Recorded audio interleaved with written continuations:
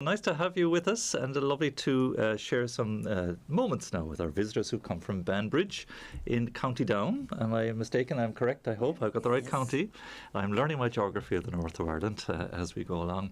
And prophetically fulfilling John Carlin's very words yesterday in his ambition to hear more northern accents at the microphones.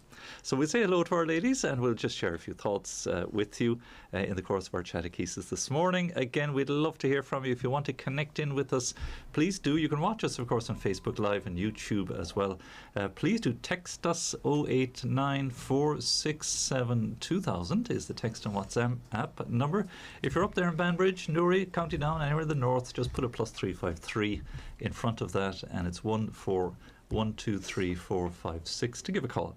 And then to text 089 or +353 89 467 2000. We'd love to hear from you. Please do get in touch with us. And you're welcome to drop us a line. You can write to us here. The ladies found us eventually. I think the Holy Spirit brought you here. We're at St. Anthony's Business Park, Ballymount Road, Dublin 22. So please do drop us a line as well. Or if you're watching now, just drop a little comment and thumbs up, a like, a share, a follow, and all those things on our social media too. We'd love to hear from you. You know, if you're watching back or listening back later, the very same. I better give a shout out to St. Kevin because I missed out badly this morning. St. Kevin is our local feast. He's the man from Glendalough, you know. And we were down to Glendalough there. Last year when Jesus was with us here from Spain. He was great for travelling around, and we went to visit Glendalough. Beautiful place to visit in Wicklow, of course. And we are hoping to go to Glendalough again. We're making some plans. We'll have those finalised, please God, next week. But on Thursday week, the 16th. So we've been travelling around our little pilgrimages hither and yon. We've been to Knock more recently. We've been to St. Mel's Cathedral in Longford, St. Patrick's College in Maynooth. And so Glendalough is next on our list for Thursday week. You might like to pencil that in and come along on that trip, get in touch with us, and we'll put your name down. And you might like to join us there. We'll have a little short outing to St. Kevin and the site of Glendalough. He was the abbot of Glendalough, and he's dated around the year let's see, start again. The Latin, his history date about 400 years after his death. And they tell about him as a saint. He went off there really as to establish a monastery and a hermitage there. And traditionally of a noble Leinster family, which was ousted from the kingship. And from childhood he was educated by monks. And after ordination settled as a hermit in Glendalough, most probably the upper lake, marked by the cave called St. Kevin's Bed.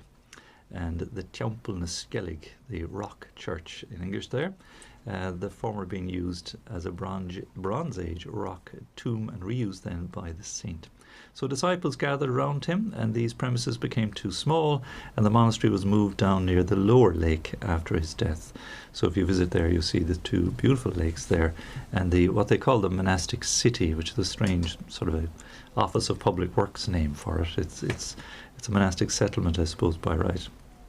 So later it says here that St. Lawrence O'Toole would have built on more churches. He's a patron saint of Dublin, of course, too. And out of all the surviving buildings at Glendalough, only those by the upper lake can be certainly associated with Kevin. And of course there's his gravesite is there too. And it says here, just briefly what's left of my little narrative here, there's a number of legends associated with him. It's claimed that he went to see St. Kieran of Clonmacnoise just before his death, and that Kieran gave him his bell. It's hard to link all these things together. I remember the story, I don't think it's here, where allegedly a woman came to seduce him, kind of a temptress or whatever, like these poor hermits, and he chased her off with nettles, grabbed some nettles and hunted her off I don't know if that's true or not, but anyway. He is a saint and patron, of course, here in Dublin as well, so I should have remembered him at Mass properly earlier on, but we'll include him in our prayers today. So now welcome to our ladies from Banbridge. I have three names in my head. I know I have Brona and Claire and Yvonne, and I have two other ladies with me as well. So if you'd like to introduce yourself and come a little closer to the microphone here. Elaine, fantastic. And Sharon, excellent. So it's an hour and a bit travel down, Claire, from Banbridge. Indeed, yes. Good. So it's a bit of a journey, and always tricky the first time finding the studio in relation to the hotel. But we had a lovely visit there, and to thank you, we got a lovely reception in Banbridge when we went on promotion there a few months back. Self and Ruth and Father Andrew very kindly welcomed us, and Bishop John McAreevy. So you're well endowed with a priest there. Lovely. And you kindly gave us a great gift of an altar cloth, which we have downstairs. So thank you for that. It's in place and doing its job. So very good. So who wants to maybe start and just share a few little thoughts with us? Who's the all fingers are pointing in this direction, Claire. But you were mentioning to us you might want to give a little shout out to Father Ajit Ghani, and as Father Tony Corr was the man we remembered at Mass too.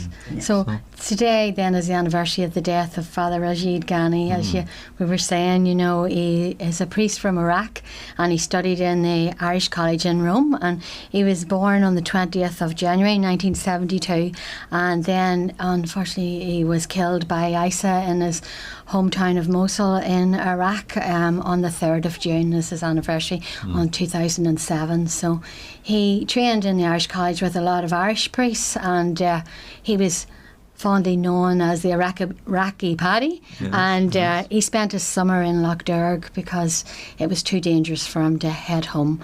So I know the bishops here wanted to adopt him and hopefully make him a priest here, but he was having none of it. He wanted to go back to his own people. So he was an amazing priest by all accounts, and dedicated his life to the Iraqi people. And then when he was saying Mass, and Isa had said to him to close the church, and after Mass on Sunday the 3rd of June they said to him, we told you to close the house of God, and he says, we told you to close the church, and he said, how can I close the house of God? So him and 3 deacons with him were murdered, So his cause for his canonisation was opened in 2018, so he's a servant of God, so please God, so please God. And would have been close, of course, to the Irish seminarians, and would have made lots of Irish friends in the course of his time. Indeed.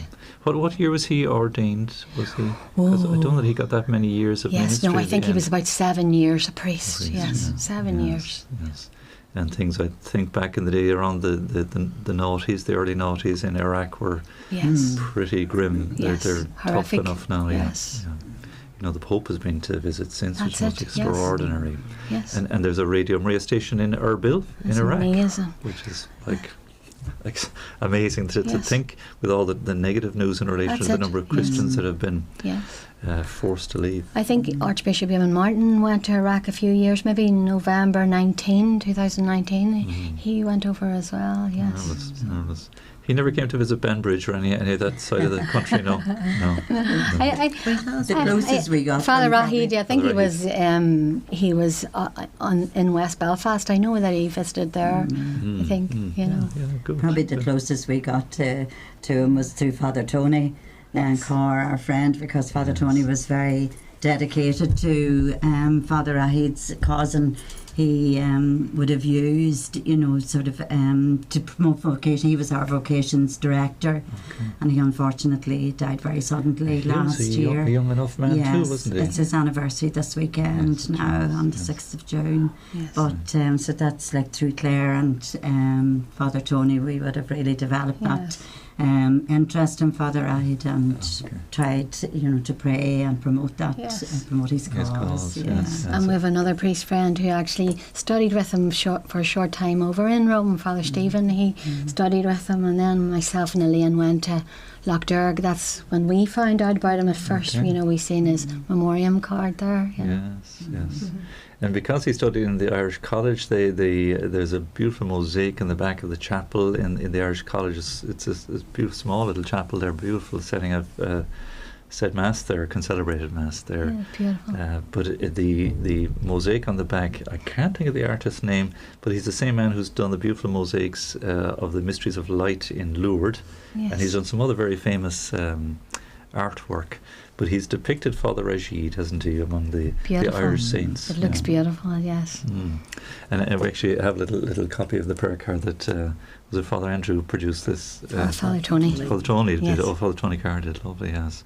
And the Irish saints are depicted there, and it's of course St. Patrick, St. Bridget, St. Brendan, and I see, I think Our Lady and St. John the Baptist are featured too. Yes, But and there's an image of Knock, I think, in the background as well. there is Knock too. Basilica is in it as well. Yes, lovely, lovely. But Rashid is featured among the Yes, saints all the that Irish are- saints. It's yes. beautiful, yes. It's a nice connection, yeah, Yes. the Middle East. A modern day martyr. Holy Martyr, and it just fits in so well with the St. Peter and St. Paul that we were just looking at this morning. Like the church is built Yes. on the blood of the martyrs and the huge witness to the faith. And that we are called to witness, no pressure now or anything, but in the same way, maybe not to the point of that kind of martyrdom, Yes.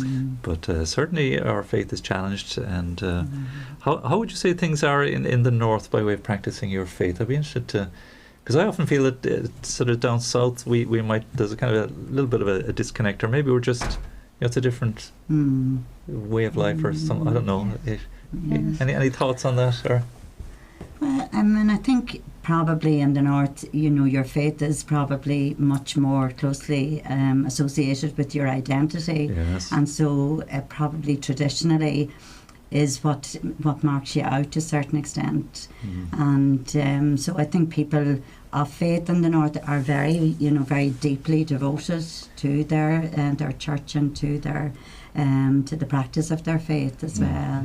I suppose what's difficult, obviously, is the whole change in culture in the last number of years, and that has affected us as well, because I think people are trying to find their way to some extent, but I think that's part of it, certainly the identity bit of it anyway. Sure. I know as a seminarian with students for the priesthood from the north back in the day in the 90s when I was in Maynooth, but they'd be on fire with the faith, which is absolutely marvellous that you have to stand up for it and fight for it a bit more. I work in St. Patrick's College in Banbridge, and it's lovely. The young people are doing their exams at the minute, and they're like, say a prayer with us today, and have we any holy water, and could I borrow your rosary to keep in my pocket, and it's just beautiful, to see that in times of stress, they reach out, They do, and we have to do it. It's like I often say, and I say it's only below the surface, and we have to be faithful and to be there when the opportunity arises to capitalise on the, even if it's a request for prayer, they're in distress. They say there's no atheist in a foxhole that when you're in trouble. Yes. But Elaine, you're a Dub originally. I am. I'm from Ballyfermot. From Ballyfermot, a local lady. I'm a local lady. I am, and so I married a man from Banbridge and Banbridge 30 years ago. And we're 30 years married this year. Lovely. And Thank God. and I really enjoyed actually living in the north of Ireland.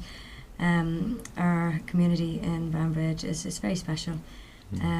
We've had the last couple of years been very challenging, and Father Andrew, he just really brought a lot of people together to help, and we've built a lovely community of people who have helped in the church, and just different activities, which is now moving into like a meet and greet really now, and so I have probably always found I'm very grateful to have had that community in Banbridge.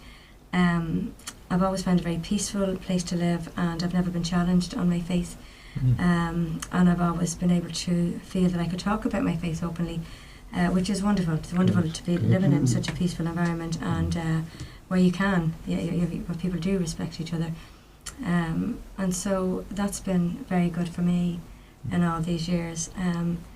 Like Claire, I work in a school office, but I'm in an integrated school, and it's more challenging. It's more challenging for to probably express your faith as much in an integrated school, although we have the local clergy come in. And when you say an integrated school, does that? We have Protestants and Catholics and people of other religions and none, all educated together, and so the likes of the John Paul Award that Claire is able to promote in St Patrick's College it's difficult to promote different awards because you're dealing with different faiths, Yes. and so that's where you're limited a bit. But at the same time, our children doing their exams, and we have lovely prayer cards, Christian prayer cards, and Claire's right. You know, our young people, they don't have any difficulty when you say to them, "I'll say a prayer for you," Yes. or "You look after yourself," and "If you're thinking here, I'll say a prayer for you." And I'm a great advocate of St. Anthony, and so if any of the children lose anything, or I'm always saying, "Don't you worry, I'll say a prayer to St. Anthony," and then they'll come back and they'll say, "I found it," and I'll say, "Well, thanks St. Anthony now," you know. So it's yeah. Fantastic. A nice little tip, I don't know if it could work, the circumstances will dictate it maybe, but if somebody asks for a prayer, to say, well, can we say a little prayer now? Would you like to do it? Yes. And you kind of say, well, you add your prayer to it. Yes. Kind of. Yes, It's a nice little, Yes. It's We funny do that that's something that we have been talking about through the meet and greet, you know, this change of direction for us with the volunteers who helped all through COVID, you know, when we were restricted about attending church and stuff like that, and we couldn't sit where we wanted. So we're hoping through that new ministry now that we can actually start to talk to people and have more of a connection, and that's one of the things that we had been talking about, instead of, you know, where people come to you constantly and say, "Will you say a wee prayer for me?" But now maybe just to say, well, you know, if you're free for a few minutes, let's sit down and we'll say a wee prayer now in the church. So that's something we're thinking about. Fantastic. And Father Andrew says, Claire, as Elaine and Claire both said, he's such a wonderful support to us, and he's great at encouraging us in anything that we can do that's going to build faith among our people. Brilliant. Well done. Yeah. And it's the small little seeds, I think, all the time. We might think big too often, but the small little seeds sown, yes. Well, I'll speak now. I'm Bronagh. Thank you, Bronagh. Well done. I just want to say, through Eamonn, we've established Eucharistic adoration, which is wonderful, and it's growing every week.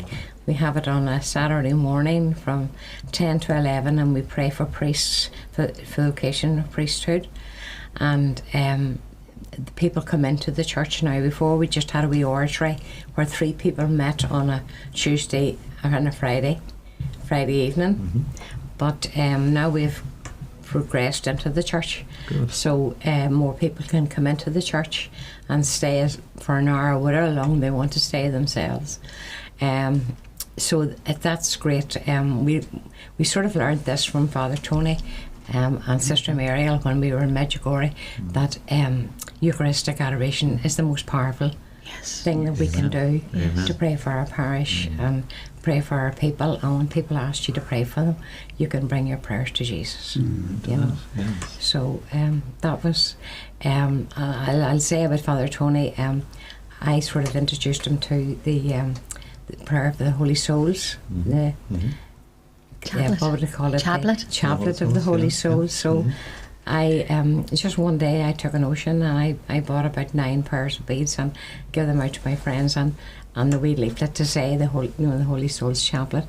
So I gave it to Father Tony too, not too long before he died, you know, and he said it was the most powerful prayer that he could say. So I was so delighted, you know, that and the beads were sitting in his oratory when he had died. You know, so. Good. Bronagh used to tell us the Holy Souls were with him wherever he went, didn't he? Yeah. Wow. He did. Lovely. We were very privileged as well. Father Eamonn, Sharon will tell you a wee bit about that, just talking about Father Tony, because it's hard for us not to say about him, because he was just an amazing person, but he was just a very ordinary person as well, but he was such a person of faith, and he was so wonderful with us. But we went to Medjugorje with him, and he had a wonderful devotion to the poor and to the elderly. And Sharon, you were very lucky to be with him a couple of times on some of the trips up the mountain, didn't you, Sister Muriel's charity? Well, it was amazing to watch him when he went up to the poor people. They had absolutely nothing, but they would put you to shame, because one of the houses we went to, they took their shoes off and they only had a stone ground inside. I remember one time one of the ladies knelt down, Claire knelt down actually, and one of the elderly ladies knelt down too. And Father Tony came out and said afterwards, says, "What did you do that for? That poor woman kneeling on the ground?" Because she thought when she knelt down that she had to do it too. But it was amazing when they seen him, because They just knew he was a priest, obviously, and they don't see a priest too often. And he would give them a medal and bless them, and they were just, you could see, you know, the love They of saw God it. in them. And they had nothing in the houses, absolutely. Some of them were But they were so badly run down, but maybe a wee picture of the Sacred Heart or Our Lady or something like that in the house, and it was just amazing to watch him with them, you know. and they felt And the so money that privileged. we raised over the years, I think we raised something like 40,000 over the few years that we went to Medjugorje through people just giving you money to go. You never had to ask for it. We just donated money. You know, they knew it was for the poor in Medjugorje, and going through the airport was scary. He used to panic in case he was stopped. You know, All right, well, the money, yes, okay, yes, what are you doing? £10,000 at a time. I think you're only allowed 10,000, but we got through. You know, Yeah. That he wasn't the help of wandering, God. he wasn't wandering again. Oh, right. we got through between it and the paracetamol. we were like drug That's doctors. it. But it was very evident that it was all working Oh, through the definitely. ministry of his priesthood and through Sister Muriel's vocation too. And you know, as Sharon says, was never asked for. It just was handed to them. You know, it Before came we went, I think from the nowhere. last time before we went, it was something like 3,000 or 4,000, and it was maybe only a few weeks to go till we were flying out, and the last minute the money just come flooding in. I think it was 8,400 Yes. before we went out that year. You know, We were And very Sister Mary lucky. was always amazed. Yeah. The word come from she herself never asked for money, Yeah. and the money just turned up. Or people was- turned up. And then when Father Tony had deceased, then we went out our last time, you know, it was our last time a year ago, and we met with one of the visionaries, Yakov. He was the youngest of the visionaries. He was only 8 or 6 or something whenever Our Lady appeared. So we met him, and he has got a project which is Mary's Hands, and we give the 8,500 to him, and Father Andrew was with us, and he got a photograph of Father Andrew and us handing over the money to him, but he was very shy about it. He didn't want to, you know, he just didn't want to. He was humble, broadcast it. so He humble. was very humble. You know, it was really beautiful that we were able to do that. So the St. Joseph the Worker charity then after Sister Muriel's death then, you know, it ceased then, and she had agreed before she died that, you know, everything would be handed over to Mary's hands. Yeah. Okay, gosh. That's amazing. You've had some extraordinary Yes, blessed, we're experiences blessed, there. yes. And we had such a hard time getting out the last time because of COVID. We don't know how many tests we were doing. Claire was in my house for about 4 hours trying to get me connected on the computer to get my photograph of my passport, photograph of my driving licence. Then we'd go outside, but inside, then they didn't like it, and then I said, no, it's not right, no, I'm going to do it again. Okay. My husband, I thought, then she said you're going to pay rent in my house, which is the other thing. So it was, but it was hard, you know, doing all those things and getting these location forms. I think, not to cut across you, Bruna, but I think the thing that was wonderful for us about being able to go to Medjugorje was the connection that we ended up having in the parishes around us, because Father Tony actually was parish priest of Ahaderg and Donaghmore and Loughbrickland, and we're the neighbouring parish, but ours is probably, his would have been more of a rural parish, whereas ours is more of an not an urban, but you know, it's a town really, I suppose.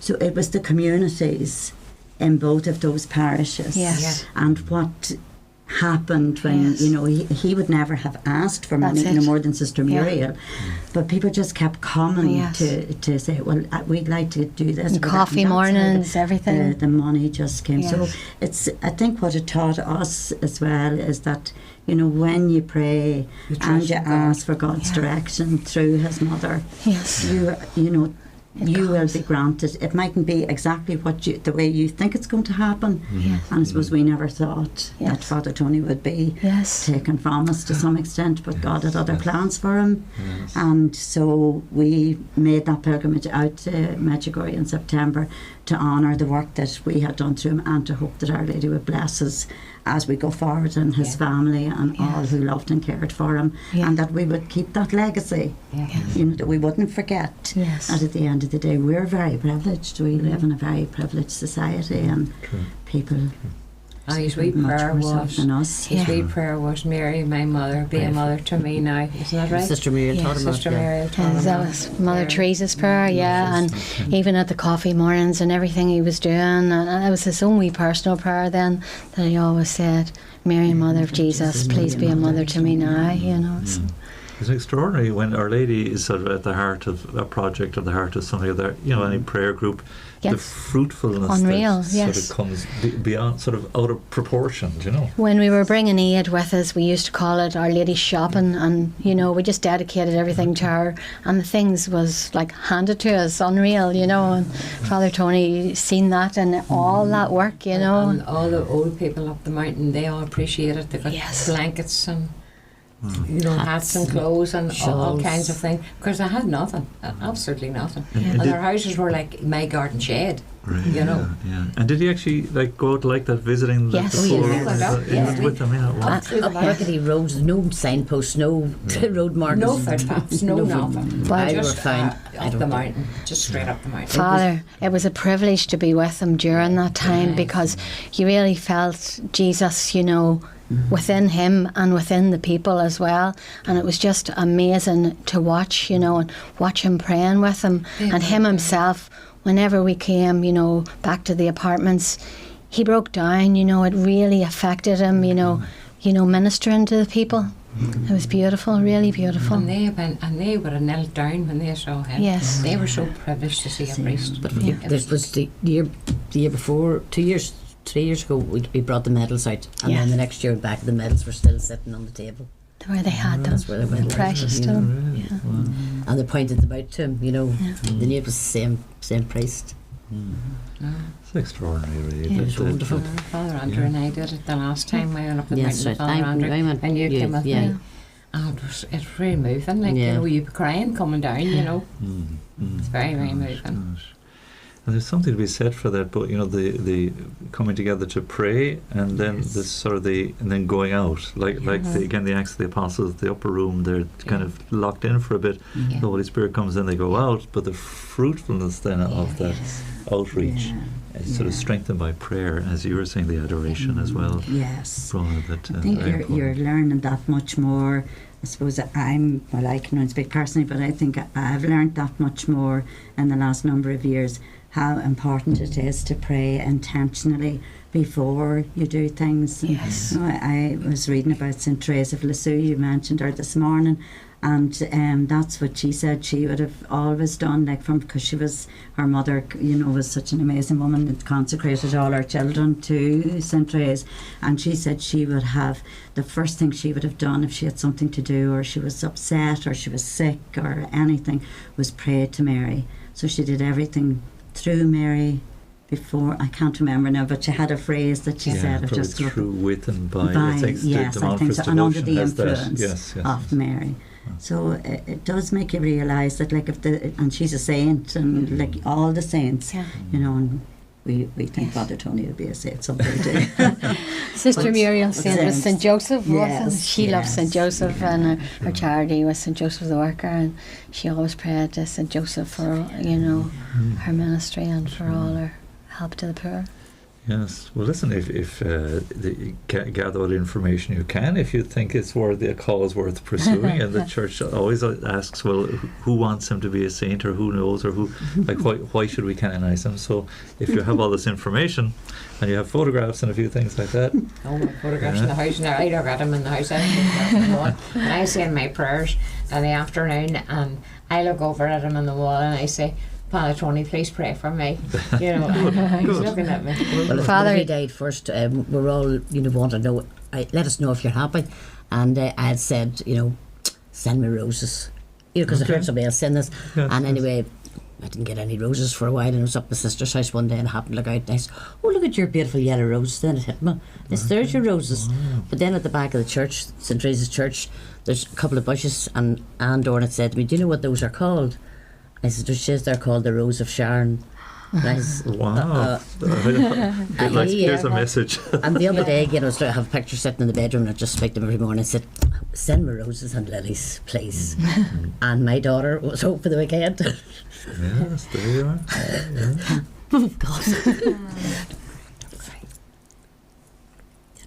Feel free to cry. This is a family. They were home for the weekend from my grandson's first communion. Yes. And I came back, I don't know where I'd been to, but I came back at the end, there was a beautiful bouquet of flowers on the table, roses and lilies. That's beautiful. There you are. That's beautiful. Talk about loud and clear. That's beautiful. Father Eamonn, I always said it was said in black and white, but there was something. What was about vaccination? And I wasn't going to take the vaccination, and they kept saying, "Ask Father Tony, ask Father Tony," and I said, "Look, God, you must tell me or say to me in black and white because I'm a bit thick." So the front door knocked, and there was black and white. Father Tony was standing there. And then I sent, because we were going to Medjugorje and she wouldn't go and get the vaccines, I sent a message on the WhatsApp, and I said, "Girls, by the way, Sharon's not going to Medjugorje this year, but she's not getting her vaccines." She was away like good. Okay. No, Father Tony done it. Father Eamonn, could we do a wee plug for a charity walk in aid of chest, heart and stroke? Father Tony's friends Martin and Bridie have organised a walk this Sunday, the 5th of June, at 1 o'clock to 4 o'clock in Scarva at Sintons on the Bridge, and it's a walk in aid of chest, heart and stroke. Lovely. So please God. Sure. Is there a little sponsorship, or is there a website, or is there somewhere? I think it's on Facebook. It's on Facebook? the parish Facebook too. It's St Patrick Parish. Nice. And again, it just strikes me that's kind of the fruitfulness of fellowship and of prayer, that you can't but be mindful of the needs of others. That's it. And yes. actually put something into action, whether Yes. it's a coffee morning, whether it's a walk, or whether it's a pilgrimage, or whatever it's going to be, And that's our model here. The radio is a very strong echo with the work of the radio, and that I always say that our role is to be devoted to Our Lady, yes, but with our sleeves rolled up. Yes. That there's That's some Beautiful. you're not just giving her flowers and chocolates, Yes. like Valentine's, but you say, how can I help? What can I do to help your children? How can I support the work and the mission? Yeah. Father Tony was our vocations director for our diocese, so we would have all been involved in, praying for vocations and his vocations work. So, since he's gone, really, it has really hit me immensely that, he lives on through every priest, through yourself and through all priests, so please God, bring more shepherds to us. Amen. And again, the seminary, I was telling you about Father Michael Ross, the founder here. There's a picture on the sill behind you there, how he got everything off the ground here, but our Lord's plans were not his plans, were our plans, and he was taken. And somehow from that, there's been a bursting forth of fruitfulness. It's very similar. He's working away up in heaven. Please God. So the Lord does.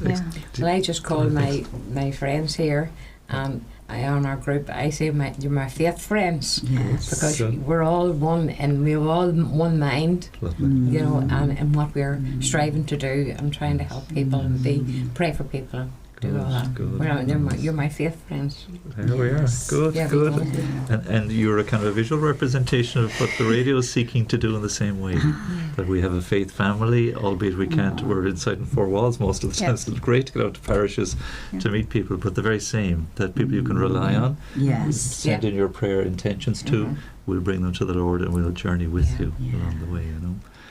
So well done. That's absolutely marvellous. Nobody would have thought that you were terribly shy of the microphone, short with a few words. Certainly not. Well, we were at the beginning. So no fear at all, no fear. So again, it's to me, it's a nice little providential touch. We've been anxious to try to progress a little bit in the north of Ireland too with Radio Maria, and we certainly hope that we can get a little office soon there and begin to kind of spread out a little bit more and draw in apostolic people like yourselves, as part of the journey of faith.